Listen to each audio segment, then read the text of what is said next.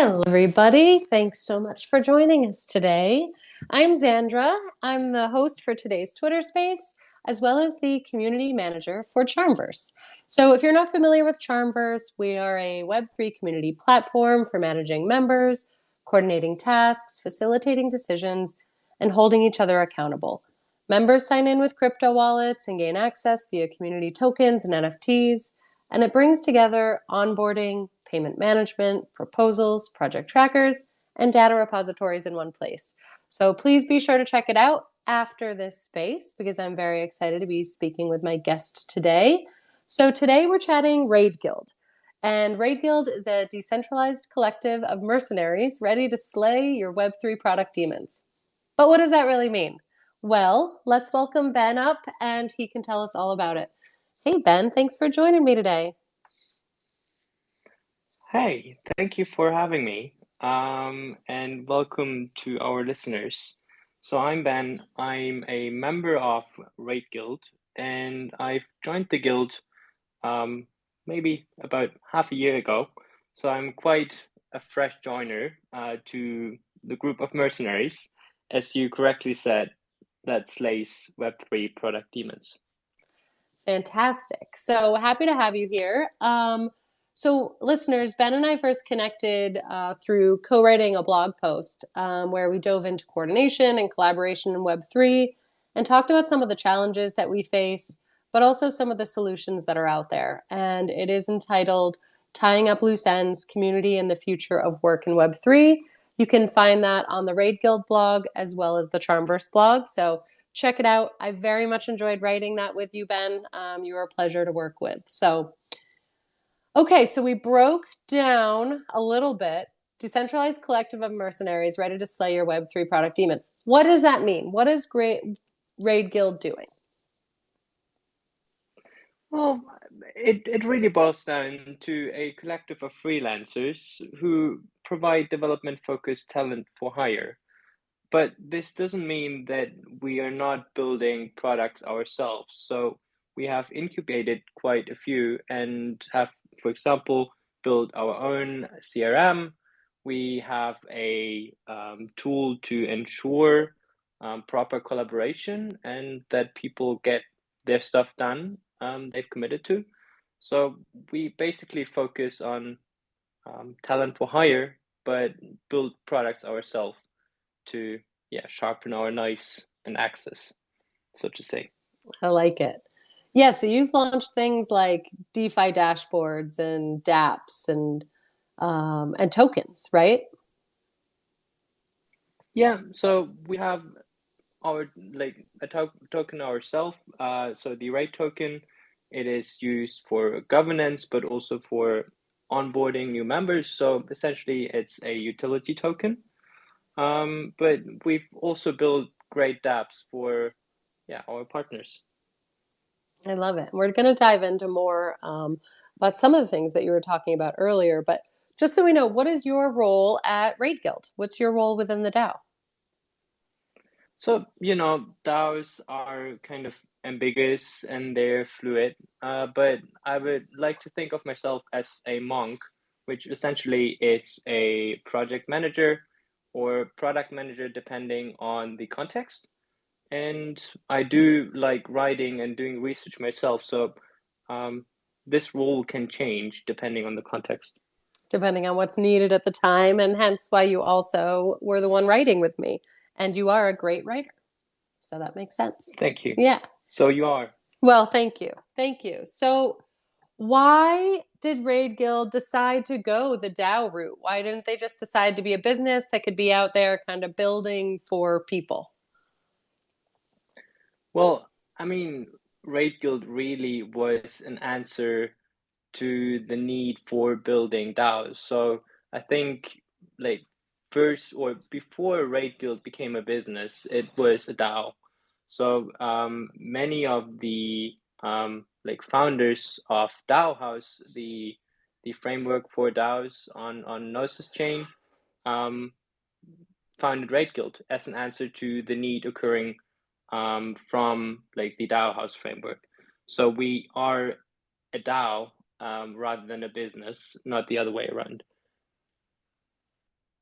And I like that you state, DAOs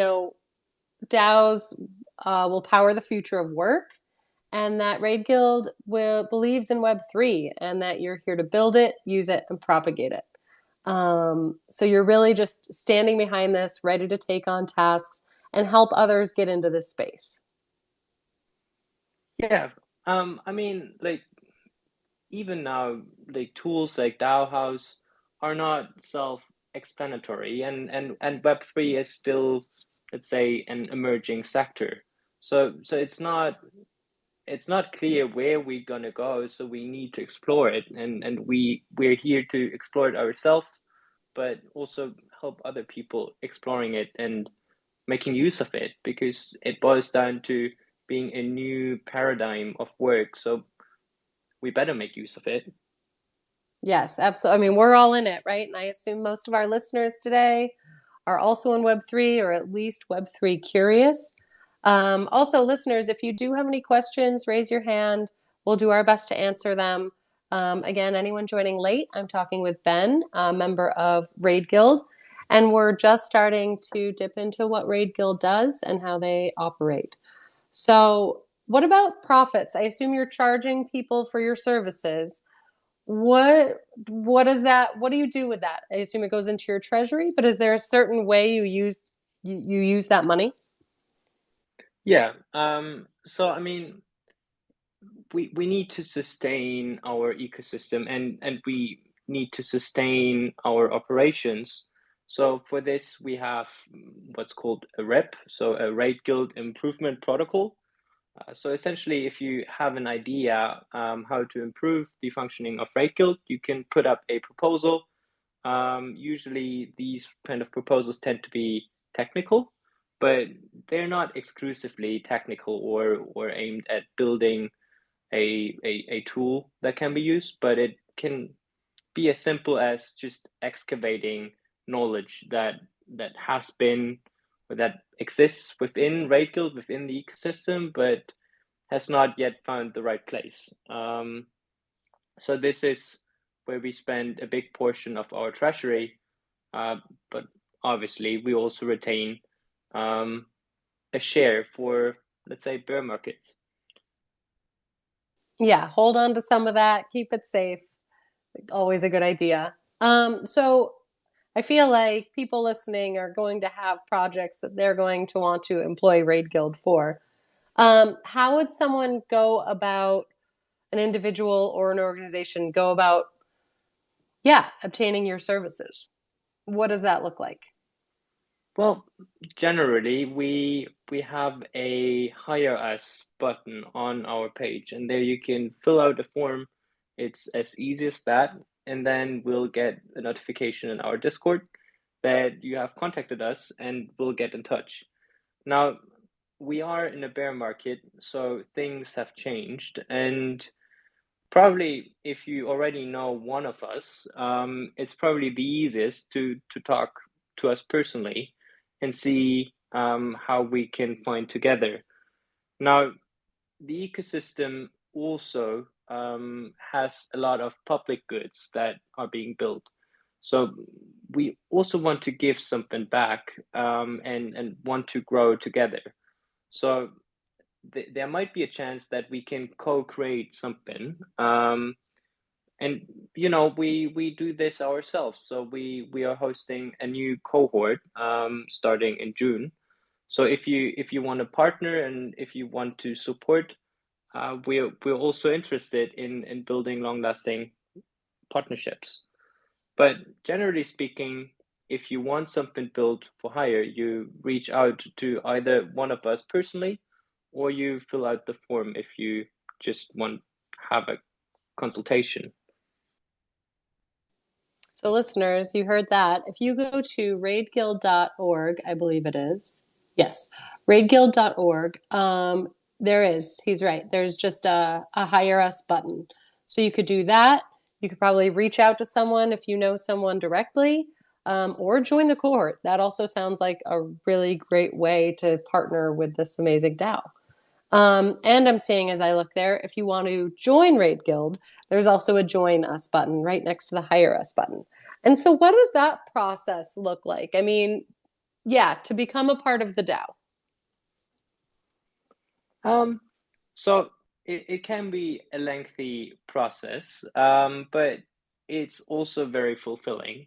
So essentially, you join a onboarding session. There are a couple, and then you get started. You get offered a bunch of knowledge. So we host coaching and mentoring sessions, and then you kind of form, let's say, a little group of demon slayers, who work together to solve bounties, to solve issues, to build something, to commingle with experienced and seasoned raid guild members, and you do that for a while, and then probably a meaningful project comes along, and you know it as soon as you see it, that this is going to be like the project that kind of also defines your role at Raid Guild later on.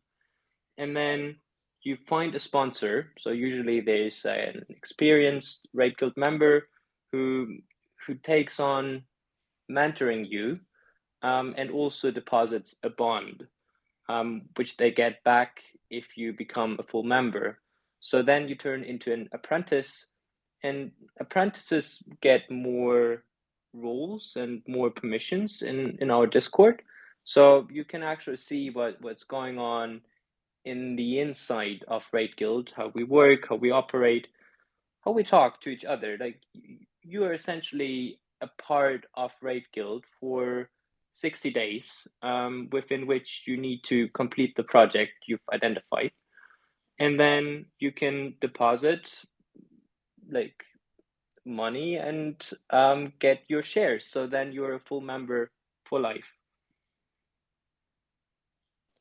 So you start at kind of this base level, eventually become an apprentice, and then you kind of move your way up by solving issues, apparently, fixing problems, things like that. Am I understanding that right? Yeah, so you can either join a RIP, so a Raid Guild Improvement Protocol. Um, so you can either have an internally focused project completed, or you can go on a raid, which is basically doing something for a client. Um, so this is what you have to do in order to show that you work. So you basically have to like complete a proof of work. You have to earn your reputation, and you have to show that you're worthy and dedicated. This isn't to say that we're not welcoming. It's just that, we want to make sure that you can pull your part. You can become a member, and you're dedicated. Uh, yeah, so it's like, I would say, a three-step process, which doesn't necessarily need to be linear. So as soon as you're a cohort member, you can join raids, but you don't have voting rights, and you don't have access to the treasury, so to say. Yeah, I think talking to other members of DAOs and how they operate, I think that's kind of one of the challenges, right? Is making sure people are pulling their weight, are doing the work that's expected of them. How do you know which contributions they're making? Um, and I think, yeah, dedicating their time and their energy to this DAO, to make it worthwhile to be included. I think that makes a lot of sense. And also, I imagine would be a struggle at times. Um, Go ahead. Oh, thank you. And like we still experience a lot of friction in Web3, because have you ever heard of a DAO asking for, I don't know, a high school diploma, or a university diploma? I don't know. Have you heard about it? No, Because I not yet. didn't. No. Yeah.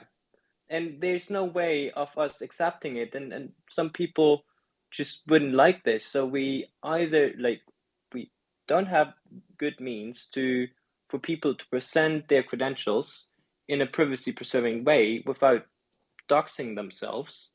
And we also don't have a way, or a good way, of accepting these kind of credentials. So the only choice we have is like looking at what you do when working with us. So it's not necessarily a good thing how things are. I think things need to change, but we just don't have another way, not a better way of doing it. No, I think we're all still figuring it out, right? The more you do it, kind of figure out what works, what doesn't. DAOs are still new, Web3 is still new, so, and every DAO is different. Um, but we discussed a bit about onboarding with Raid Guild, you and I separately, and I'd like to talk about um, the DApp that you recently introduced called Rite of Moloch. Tell me a bit about this DApp and why it was developed. Yeah. So I think as usual with DAOs, it depends a little bit on who you ask. So some would say we just YOLO'd the task and had a product we kind of had to put to use.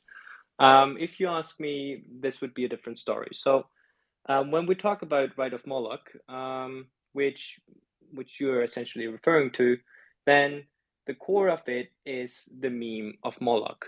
So that things tend to not go the way you want them to go, and you have to be aware of it. And Rite of Moloch mocks this notion by saying, well, we're all part of it, and we kind of celebrate it, and that's why the tool basically makes you deposit a bond that you are going to deliver the work you promise to do. So it's kind of like no HR for DAOs. This is like the term we call it with the slogan, because DAOs do not have leverage. So if you say, I pick up this work, I do it, and you anticipate getting paid for it, and then another project comes along and your hourly rate there tends or is slightly higher, than like individuals or rational actors tend to, well, I mean, drop the project they dedicated their time to first and do the other project for more money.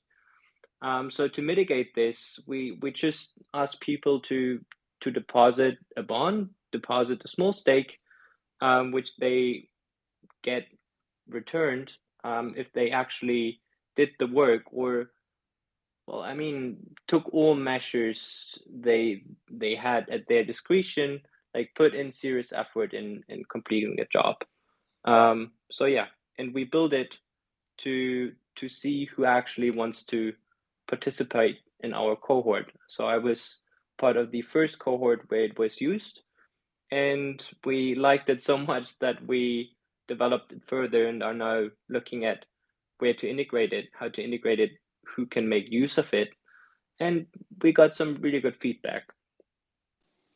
So it's working. I mean, I think that's a great idea. It definitely makes sense that I'm working on a project, but this other project pops up that pays more. I'm going to put that other one on the back burner. But now they have stake in that first project and are going to complete it because they don't want to lose that. That's a great idea. And I'm glad that it's been working. That's fantastic. So let's talk governance. I'm always curious how DAOs operate with governance. So with Raid Guild, do you buy a share? You had mentioned a token. So do you buy a token and that token gives you a share, which in turn gives you a vote? No, so you you deposit XDAI, so you offer a tribute, and you buy 100 membership shares. So you don't get like one share, you get 100. And with these 100 shares, you start out. Now, if you go on raids, if you complete projects and you're getting paid, you can request up to 20% of your payment in voting shares. So you could increase your voting power within Raid Guild. So yeah, basically the membership is independent of our token, um, and it's basically a DAO house standard DAO we are running. Okay. So What about, are there shares that don't allow people to vote, or that is that kind of the utility token you were talking about? So DAOs have like an like ultima ratio. If someone like tries to harm the guild or misbehaves, is like using offensive language against other members, or just tries to exploit the role as raid guild member, then raid guild can rage kick this individual um, by a DAO vote. Now, this doesn't mean that this individual may have contributed financially and personally to the growth of the treasury. So you get what's called loot shares, so that if you then decide to rage quit, you still receive part of the treasury. So you don't leave empty-handed. It's like, I don't know, it's like a severance package in the corporate world. And currently the like one share in the DAO costs about 5 wrapped XDAI. So you basically have to deposit 500 wrapped XDAI as a tribute in the beginning to get 100 membership shares. You can increase your share amount over time by going on raids and buying shares with a portion of your raid reimbursement. And you get loot to prevent you from incurring a financial loss even if you misbehave, because there's still a chance that DAO members could collude against you. I love it. I love the whole you can go on a raid, you're slaying demons. It sounds like a DAO of badasses, really. Um, and you seem to have it pretty well worked out on how it's operating. I'm sure you still have your challenges, Yeah, I as mean, most DAOs. we're not badasses in the sense of that we're unfriendly. I think when from the outside we look all grim, but when you talk to us, we're actually friendly people and we love to meet in real life. This is not to say that we deliver great projects and are badass in that sense, but we are really open-minded and don't take ourselves too seriously. Well, it sounds like a great community to be a part of. So it sounds like a lot of developers because you're building a lot of things. Do you have to be a developer to be, or is it encouraged to be a developer to be a part of Raid Guild? Um, I think you would have an easier time being a developer at Raid Guild because you are among developers for the most part. But we actually do have a big need for hunters. This is what we call our biz dev people. We're looking for designers, which we call archers. We're also looking for clerics, so account managers, people who love to talk to clients. And I'm a monk myself, so I think I can prove otherwise. So you don't have to be a developer, but you probably should like Web3. Yeah, I think if you're getting into a DAO, you got to believe in this space, want to be a part of it. But listeners, if as you're hearing, if you're curious about being part of a DAO and this sounds like a very cool community, designers, account managers, but also developers. So definitely check it out. Like I said, raidguild.org. You can get information there. And you can also message them, I'm sure, on Twitter. So we talked about Right of Moloch and some of your onboarding tools and kind of task management stuff, but Raid Guild's been using CharmVerse, right? Can you tell me a That's bit correct. about why and how you found CharmVerse, why you went that route, and then how you're using it? Sure. So first of all, big shout out to Billpreneur, who kind of got us started on that, and I think he's in the space. Um, so I think around Christmas or December, we had like the Winter Brigade. So it was like another cool way of just improving Raid Guild, and Billpreneur came up with like the idea of consolidating knowledge and like having knowledge and information in all different places doesn't really make sense. So we had a HackMD, we had Notion, we had Clarity, and everything was used by like a small group of people, but we didn't really have like this place where you could point new members to, or where we could just say on a call, let's have a look there, where we document our stuff. So we migrated to CharmVerse, because we like your holistic approach of tying Web2 accounts to Web3 accounts, and yeah, just giving it like a Notion like feeling, because I feel like a lot of people coming into Web3 have worked with Notion and know the touch and feel.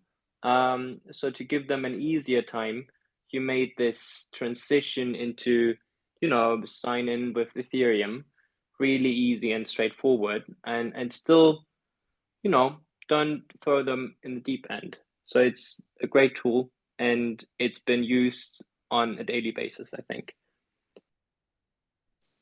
Well, we love to hear that. And of course, if there are any other features that you find yourself needing as a community, always drop a line. We love building for our users and hearing what people want. But Ben really broke it down about Notion because it does. Charmverse, if you've never been in there, if you're familiar with Notion, it's going to feel just like Notion when you're in there, really. And that's what we wanted, something that you could just settle into quickly, not a whole new platform that you need to learn. So if you're familiar with Notion, it's going to be very intuitive. And then you touched on another point of you were kind of spread out, everything was in different places. And that's another goal of Charmverse, right? To just let you have everything in one place. You have a member directory, you have bounties that you can attach to tasks, you have proposal building tools, and you can vote in Charmverse or send a snapshot. And then we added a forum not too long ago, so you can have structured discussions in your community. And I know maybe you're not using all of those currently, but hopefully you'll start to test more and more of those out the longer you're in Charmverse. But anyone that's has a Web3 community, a Web2 community looking towards Web3, definitely check out Charmverse because it's a really great community tool. And you can always DM us here, drop into our Discord, or just go to charmverse.io and learn about it. So that's my plug for that. But Ben, how long has Raid Guild been around, and how did it come to be? So this depends kind of on who you ask again, but I think officially since about 2019 when the first ideas emerged, and then I think it was summoned in 2020.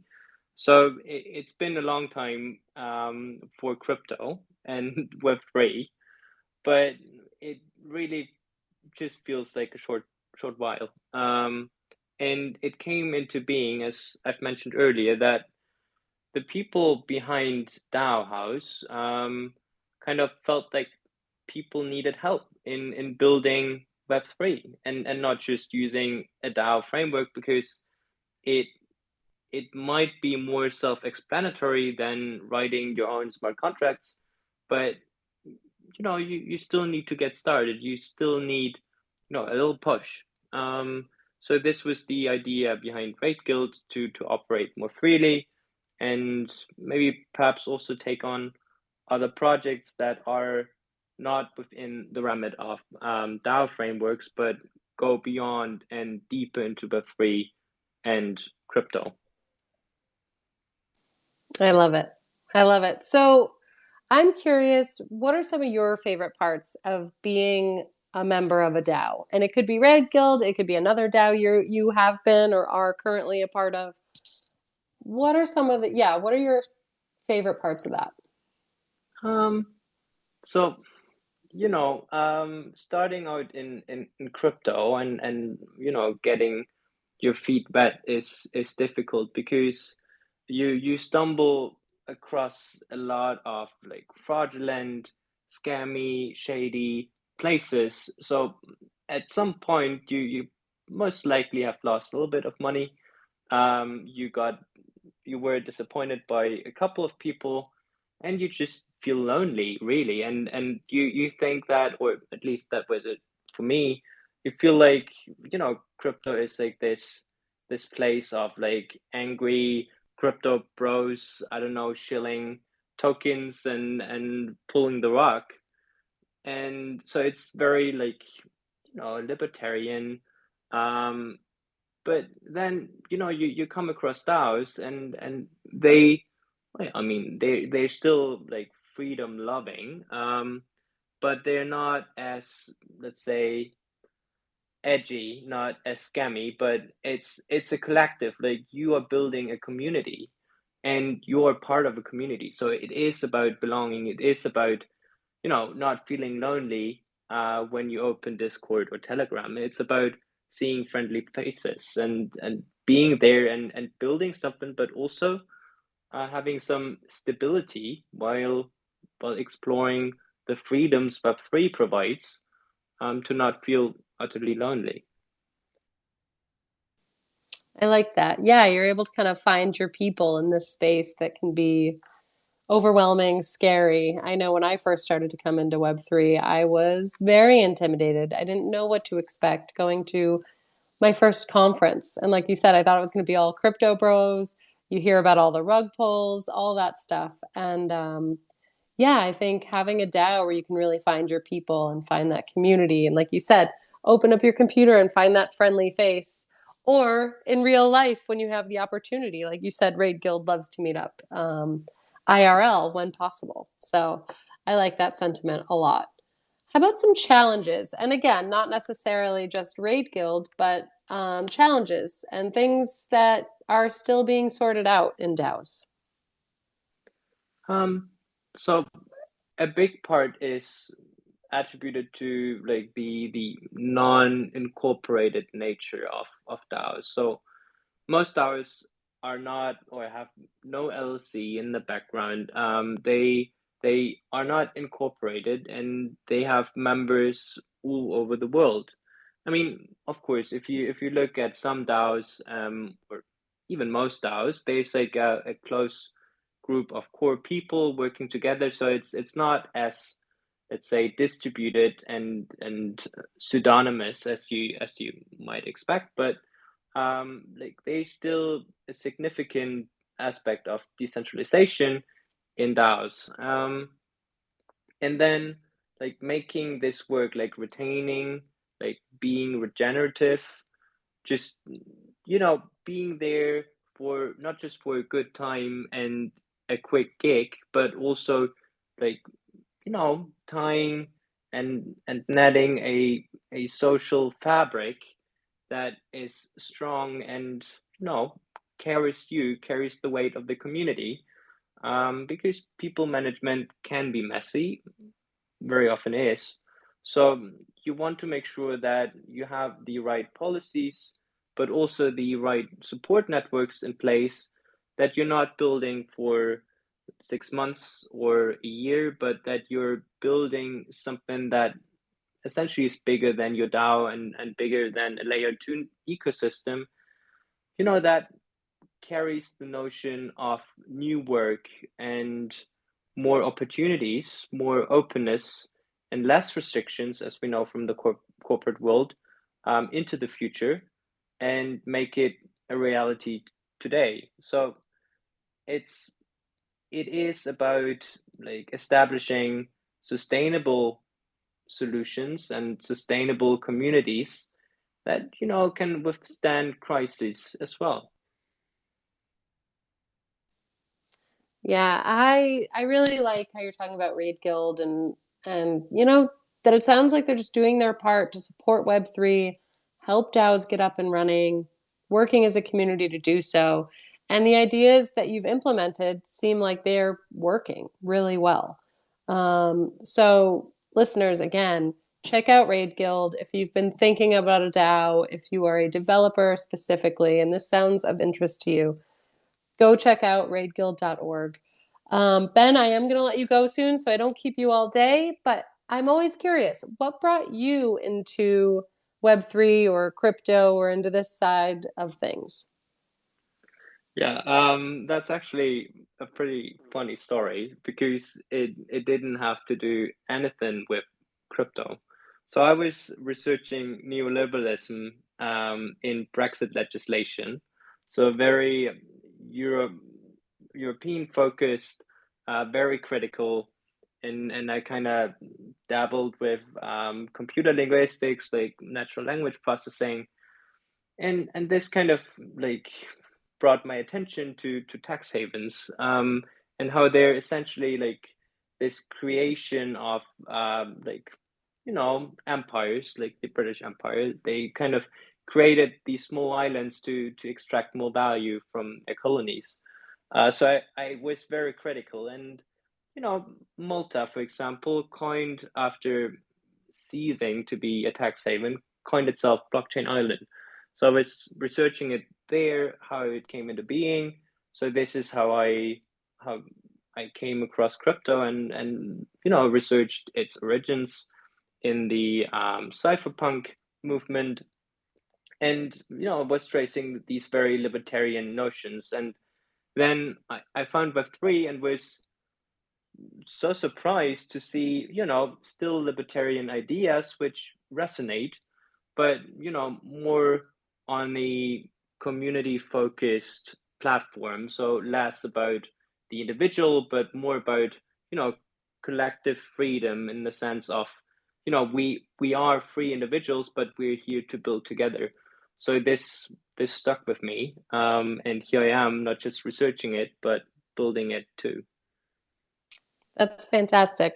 Yeah, I love hearing people's stories. Yours is definitely a bit more convoluted than some, but I'm always very curious how people found their way here. And you were just in Malta, right? Not necessarily for, not for Raid Guild, right? But for other personal stuff that you're working on. Yeah, I'm in Malta quite a bit because I'm doing my PhD there, at the Distributed Ledger Technology Center. So it's also a great place, great people. And yeah, I presented some of my research because blockchain or DLTs are not just used by DAOs, but also states and governments are building with it, and I want to see how they put it to use, even though it originates from, a movement that kind of mistrusts or distrusts governments. So it's really interesting to see places like Singapore or China that traditionally have been authoritarian, trial solutions that originated in a very freedom loving ecosystem. So and that's why I'm also attending a conference outside of like the whole Ethereum bubble. So I gonna be speaking at the MoneroCon in Prague this month. So just to um, keep tabs with like the origins of cryptocurrencies and the cypherpunk movement. Very cool. Listeners, yeah, definitely to stay up to date on what Ben's doing, make sure you click his PFP and give him a follow. Okay, so before I let you go, what's next? What's coming down the pipeline for Raid Guild? Any alpha you can give us? Anything we should be keeping an eye out for? Yeah, I mean, first of all, we are starting our new cohort um, next week. So if you haven't signed up on the join us form, please do, and just hop into our onboarding session. Furthermore, we are going to iterate on Right of Moloch, obviously. We are building Smart Invoice. So if you are a freelancer and you're looking for a tool to safely get paid, go check out smartinvoice.xyz. And lastly, we're gonna meet in real life at MetaFest. So big shout out to the people from Metagame for inviting a lot of Great Guild members. And yeah, so come chat to us wherever you are. We're probably going to be at ETH Prague as well, and at a lot of other conferences. So we are keeping building. Fantastic. You're out there ready to meet people. Yeah, listeners, Still time to join that new cohort. Go check it out. Keep an eye out for the new iteration of Right of Moloch. Smartinvoice.xyz sounds super interesting, and I'm sure that's interesting a lot of people that are doing freelance work for people, and Metafest sounds great. So, Raid Guild, you can follow them. You should follow them at Raid Guild. Again, check out that blog post that Ben and I wrote together, Tying Up Loose Ends, Community and the Future of Work in Web3, found both on the Raid Guild blog as well as CharmVerse. And Raid Guild is a decentralized collective of mercenaries ready to slay your Web3 product demons. Sounds just like what a lot of us need in our life. And Ben, I really appreciate you taking the time to chat with me today. Thank you so much for having me. It was a great pleasure, and it was also really joyful working with you on this blog post. And I'm really glad that we met and hopefully build into the future. I hope so too. Hopefully we can meet IRL one of these days, ideally in Malta, because I would love to make it over there. So I wish you the best. I look forward to following the journey. And listeners, thanks so much for joining us today. Make sure you check out Raid Guild and give Ben a follow. And have a fantastic rest of your day. Thanks again, Ben. I'll talk to you soon. Bye, Thank you so everyone. much. Bye bye.